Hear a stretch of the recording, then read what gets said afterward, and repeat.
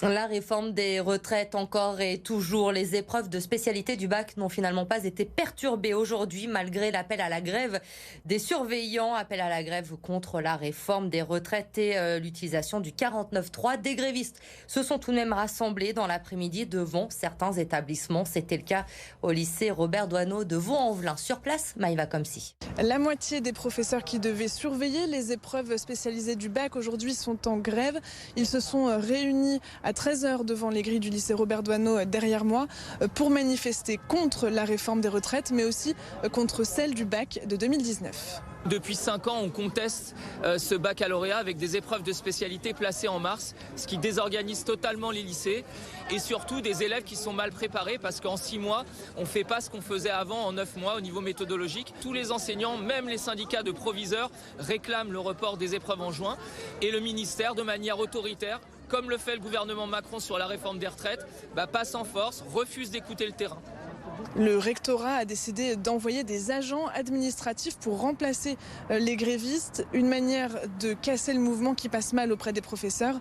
De leur côté, les lycéens avec qui j'ai pu m'entretenir soutiennent dans leur majorité le mouvement des enseignants. Justement, ça nous montre que les professeurs ils sont présents pour nous aussi et qu'ils soutiennent aussi le fait que le bac il soit fait trop tôt, qu'on n'ait pas le temps de tout apprendre, etc. On est d'accord en fait avec la cause qu'ils défendent, qu'en soi, si on passait pas le bac, on aurait bien aimé être à leur côté. Donc ça rajoute pas du stress, on sait que c'est pour la bonne cause et on soutient. À 13h45, les 250 élèves ont pu rentrer dans l'établissement pour commencer les épreuves qui ont donc débuté sans difficulté. Les enseignants, eux, maintiennent la grève ce mardi pour la deuxième journée des épreuves du bac. À Lyon, c'est le monde de la culture qui s'est rassemblé cet après-midi sur la place des terreaux. Depuis hier soir, le musée des Beaux-Arts est occupé par une vingtaine de personnes. Il a d'ailleurs été fermé toute la journée. Les forces de l'ordre déployées devant l'entrée du musée cet après-midi. Ce week-end déjà, l'Opéra de Lyon était en grève. Les 3 représentations prévues ont été annulées. Et le monde de la culture lyonnaise ne compte pas s'arrêter là. Tant qu'on aura des forces pour occuper, nous resterons. La situation est réunie pour effectivement organiser des blocages, organiser des occupations, évidemment des grèves, mais on sait que c'est difficile, que c'est pas toujours facile pour énormément de gens. Donc chacun selon ses méthodes, mais il faut marquer un coup d'arrêt net aux ambitions de ce gouvernement qui ne sont pas du tout dans l'intérêt du peuple. En bref, sachez qu'il n'y a pas eu de comparution immédiate aujourd'hui suite aux manifestations violentes à Lyon en fin de semaine dernière. Sur la cinquantaine d'interpellations, le parquet nous confirme que 13 personnes font l'objet de poursuites pénales. 3 ont été placées sous bracelet électronique dans l'attente de leur jugement le 3 août prochain. 2 autres personnes ont été placées sous contrôle judiciaire.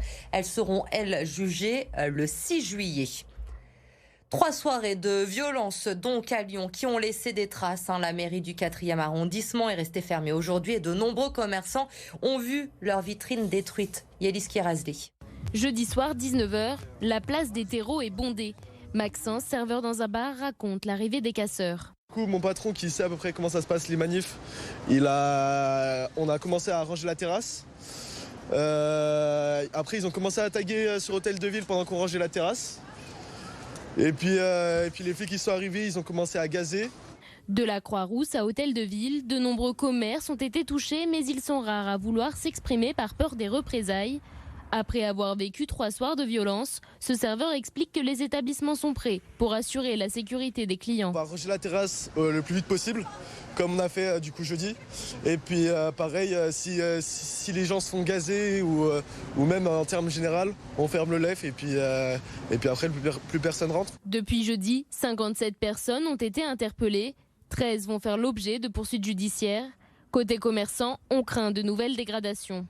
On est inquiet après, effectivement, on compte sur les forces de police et la préfecture et puis les collectivités pour faire en sorte que tout se passe au mieux. On est en lien en temps réel aussi, s'il y a des mouvements de foule non organisés, on va dire, pour essayer d'informer les commerçants au mieux sur le fait de prendre toutes les précautions possibles pour être épargnés par ces tensions. D'autres commerçants, eux, ont fait le choix de miser sur une protection privée en recrutant des agents de sécurité. La préfecture du Rhône, en lien avec la métropole, a procédé ce matin à l'évacuation du campement installé rue Jean Baldassini dans le 7e arrondissement. C'est dans le quartier de Gerland. Une soixantaine de personnes occupaient illégalement le terrain. Selon la préfecture, l'évacuation a été motivée par les faits de prostitution, de violence, mais aussi de trafic signalés sur ce campement. Une famille avec 3 enfants était présente ce matin lors de l'évacuation. Elle a été placée dans un centre géré par Habitat et Humanisme. On s'intéresse à présent à votre pouvoir d'achat régulièrement sur BFM Lyon. Vous le savez, nous vous proposons des bons plans, des conseils pour faire des économies. Dans le Rhône, vous ne le savez peut-être pas, l'Agence locale de la transition énergétique a mis en place une opération de sensibilisation. Le but, c'est de faire baisser votre facture d'énergie. Les explications de Lauriane Pellaou. Et votre maison, elle date de quelle année ? 2005. Ce matin, ce propriétaire fait thermographier sa maison. L'objectif, vérifier s'il y a des déperditions d'énergie pour réaliser d'éventuels travaux de rénovation et faire des économies. Un diagnostic indispensable pour Jean-Marc. Ma note a été multipliée par 2, pratiquement. Et je voulais avoir une évaluation énergétique de la maison en vue éventuellement de travaux d'isolation si c'était nécessaire. Grâce à cette caméra thermique, il est possible de visualiser les pertes de chaleur à l'extérieur de l'habitation. Ce qu'on voit, c'est que l'isolant est parfaitement homogène. Donc on a une couleur assez uniforme sur le mur. Donc ça suppose que l'isolant a été bien posé. Pour Jean-Marc, pas besoin de rénovation pour le moment, mais sur une maison des années 70, les pertes de chaleur sont estimées à 30% en moyenne. Dans ces cas-là, un bilan plus complet s'impose. L'objectif, c'est de pouvoir trouver des solutions pour maîtriser leur consommation. Donc la porte d'entrée, effectivement, ça va être le bâtiment. Et puis après, on peut aller plus en profondeur sur des gestes. Donc avec des investissements moindres, mais se questionner un petit peu sur les usages qu'on a à l'intérieur du logement. Si le propriétaire a pu bénéficier de ce rendez-vous, c'est grâce à une opération de la halte 69. L'idée, analyser le plus d'habitations possible et sensibiliser les habitants.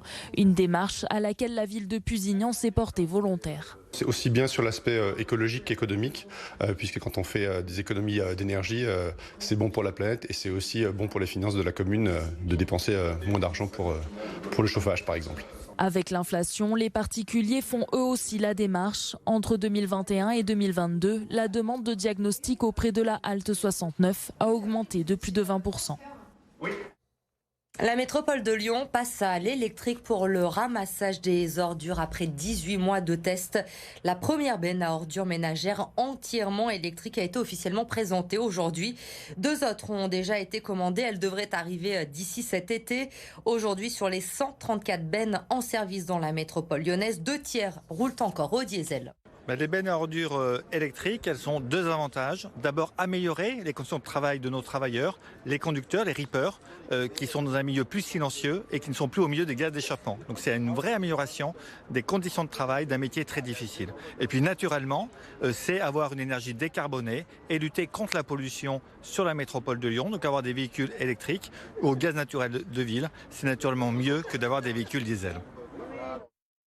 Quelques jours après la sortie de son autobiographie, Chaque jour se réinventer, Jean-Michel Aulas, le président de l'OL, était l'invité du Moscato Show cet après-midi sur RMC. Et quand Pierre Dorian lui demande si Laurent Blanc est l'homme de la situation, écoutez sa réponse. C'est pas un cauchemar, mais c'est très difficile. On n'arrive pas à remonter là où on devrait être. Pourtant, on a fait tous les efforts possibles et inimaginables. On investit, on a changé de coach en faisant venir quelqu'un qui a l'expérience, qui aussi est indépendant sur le plan de ses idées. Moi, je le connaissais pas dans l'exercice de ses fonctions. Je le connaissais de l'extérieur. Bon, je l'ai dit, il y a 3 ans, il aurait dû devenir le coach de l'Olympique Lyonnais. Ça s'est pas fait. Aujourd'hui il est là et personnellement j'en suis très heureux et il démontre à tous les gens qui pouvaient être sceptiques parce qu'ils le connaissaient pas bien qu'il a les qualités pour nous tourner au plus haut et moi j'en suis convaincu.